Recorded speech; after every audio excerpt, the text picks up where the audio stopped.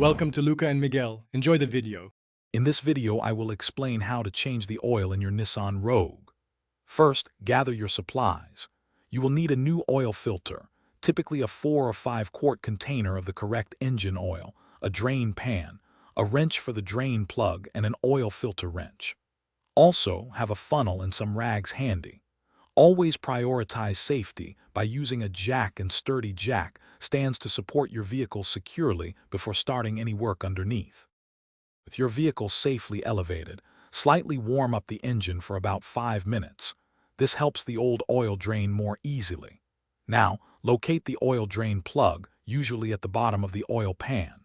Place your drain pan directly underneath it. Using the correct wrench, carefully remove the plug and let all the old oil flow into the pan. This usually takes about 10 to 15 minutes. Once it's fully drained, clean the area and securely reinsert the drain plug. Next, locate the old oil filter, often near the front of the engine. Use your oil filter wrench to loosen and remove it, being mindful of any residual oil. Before installing the new filter, apply a thin film of fresh oil to its rubber gasket. This ensures a good seal. Hand tighten the new filter until it's snug, then give it about an additional 1/4 turn.